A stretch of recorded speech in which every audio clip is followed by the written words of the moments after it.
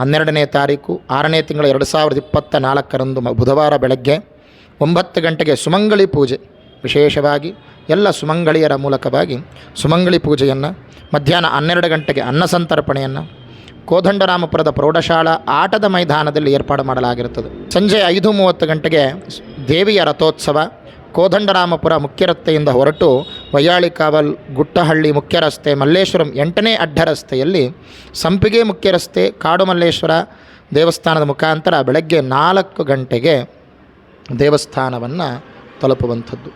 ಅದೇ ರೀತಿಯಾಗಿ ಹಸಿ ಹೂವಿನ ಕರಗ ಸಂಜೆ 7 ಗಂಟೆಗೆ ದೇವಸ್ಥಾನದಿಂದ ಪ್ರಾರಂಭವಾಗುತ್ತೆ. ಸಂಪಿಗೆ ಮುಖ್ಯ ರಸ್ತೆ, ವಯ್ಯಾಳಿಕಾವಲ್, ಗುಟ್ಟಹಳ್ಳಿ ರಸ್ತೆ ಮುಖಾಂತರವಾಗಿ 4 ಗಂಟೆಗೆ ದೇವಸ್ಥಾನವನ್ನು ತಲುಪುವುದು. ಈ ಗಂಗಮ್ಮ ಜಾತ್ರೆ ಪರಿಪೂರ್ಣವಾಗಿರತಕ್ಕಂತಹ ಜಾತ್ರಾ ಮಹೋತ್ಸವಕ್ಕೆ ಎಲ್ಲರಿಗೂ ಕೂಡ ಆಧಾರದ ಸ್ವಾಗತವು ಇರತಕ್ಕಂಥದ್ದು.